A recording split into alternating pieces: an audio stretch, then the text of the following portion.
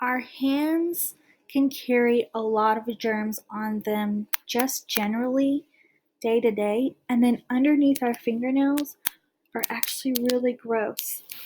So, those of you who wear long, thick nails, you either need to take those off while we're in the kitchen or change the shape. So, let's say you have really pointy ones, and if you put a glove on, that point goes through the glove. That's not going to work. So, we have to find something that's going to work for you.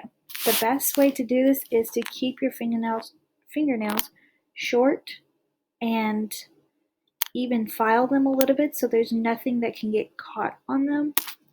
I don't want to see super long nails on boys or girls, so they need to be pretty short. We also can't really wear nail polish because it will flake off and get into the food and carry germs underneath those surfaces.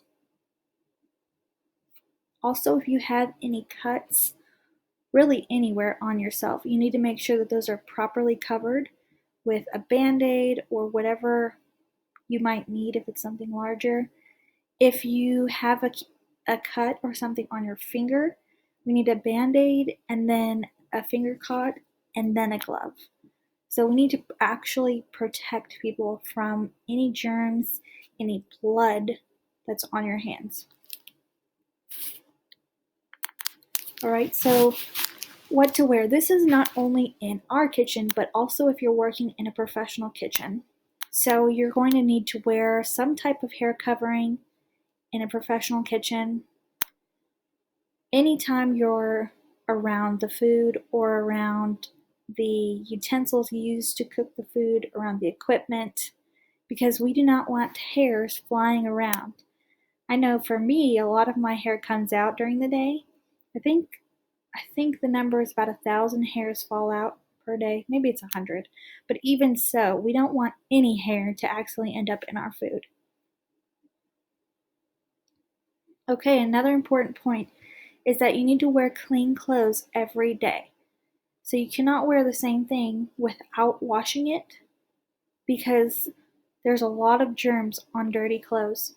Our clothes touch things constantly throughout the day. And that's what they're there for, is to collect those germs so we can take them off and wear something else. But we have to make sure we're changing them every day.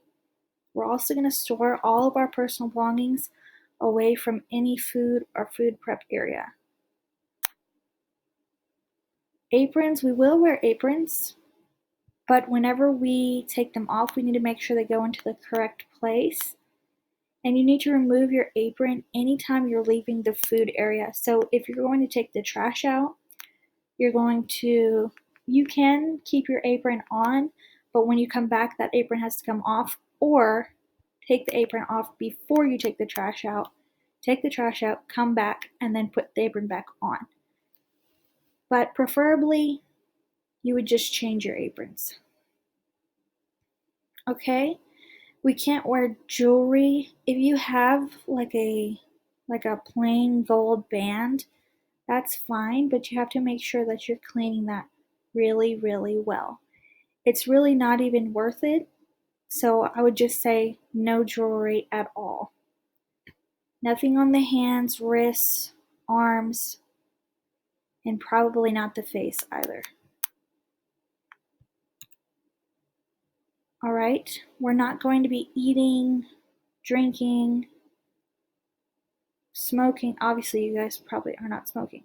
Smoking or chewing gum or tobacco can't happen near food areas. So this is more towards the professional kitchens. If you decide to do these things when you're older and working, just make sure you're doing those outside of the food prep areas because we don't want any of that near our food. Okay, so if you are sick or you feel sick, you need to, number one, tell your manager, which they will probably tell you to go to the doctor or stay home. So the really important things to know for this, for testing purposes, are these symptoms right here. So make sure you have these in your notes, that you need to tell your manager or tell somebody that works at your establishment and is in charge these things.